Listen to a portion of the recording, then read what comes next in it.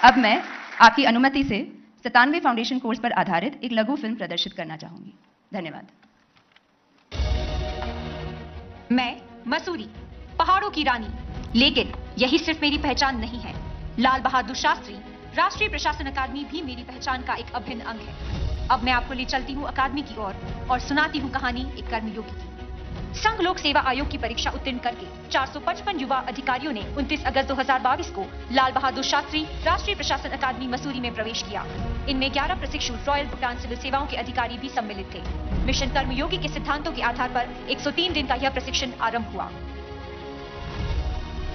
इस कोर्स को मुख्यतः 4 मूल संकल्पनाओं के आधार पर आयोजित किया गया। पहली संकल्पना थी प्रशिक्षुओं को नागरिक से एक सिविल सेवक में रूपांतरित करना। प्रशिक्षण का उद्देश्य था सभी सेवाओं के अधिकारियों को ऐसी फाउंडेशन स्किल्स प्रदान करना जो उनके कार्यकाल में देश की सेवा में काम आए। लोक सेवा क्या है? लोक सेवा जनहित और परहित की भावना है। गांधी जी के शब्दों में कहूं तो उन्होंने एक तालिस्मान दिया था कि जिस दिन तबके में खड़े सबसे अंतिम वर्ग के व्यक्ति तक हम पहुंच पाए, तभी हमारी लोक सेवा की भावना परिपूर्ण हो सकती है। प्रशिक्षु अधिकारियों को लोक नीति, फाइनेंशियल एडमिनिस्ट्रेशन, कानून, अर्थशास्त्र, राष्ट्रीय सुरक्षा और डेटा एनालिटिक्स जैसे महत्वपूर्ण विषयों पर विश्व स्तरीय जानकारी उपलब्ध कराई गई। अलग अलग विषयों के 254 विशेषज्ञों ने 560 घंटों से अधिक अवधि में अपने अनुभवों के आधार पर प्रशिक्षु अधिकारियों को व्यवहारिक जानकारी प्रदान की।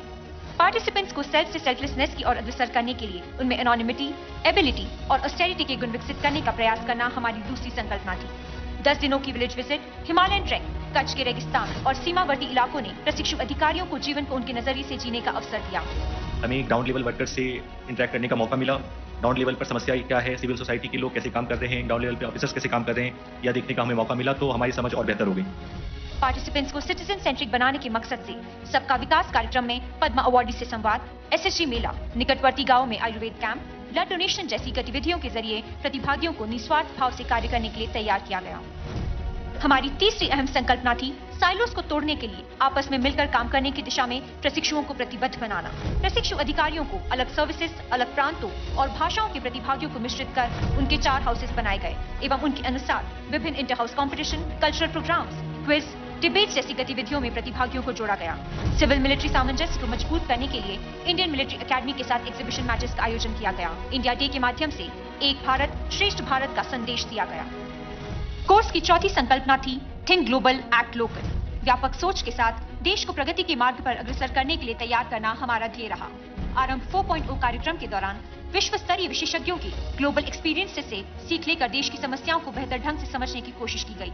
वर्ल्ड बैंक, IMF और CMU जैसे प्रतिष्ठित संस्थानों के साथ जोड़कर पार्टिसिपेंट्स का अंतर्राष्ट्रीय मानकों पर सर्टिफिकेशन करवाया गया।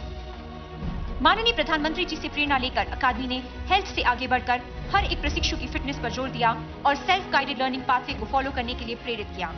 राष्ट्रीय एकता दिवस की पूर्व संध्या पर सरदार पटेल की राष्ट्रीय स्मारक स्टैच्यू ऑफ यूनिटी पर 461 सिविल सर्वेंट्स ने सूर्य नमस्कार करके एक नया विश्व रिकॉर्ड स्थापित किया।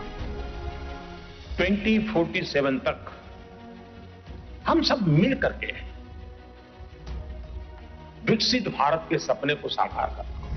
इस तरह अकादमी मैं नहीं हम की मूल भावना के साथ देश और देशवासियों की सेवा के लिए भावी सिविल सर्वेंट्स को फ्यूचर रेडी बना रही है। मैं मसूरी बेहद गर्व के साथ आपसे साझा करती हूँ कि मैं वह जननी हूँ जिसकी गोद में देश सेवक तैयार होते हैं, जिन्हें मसूरी वाला कर्मयोगी कहा जाता है।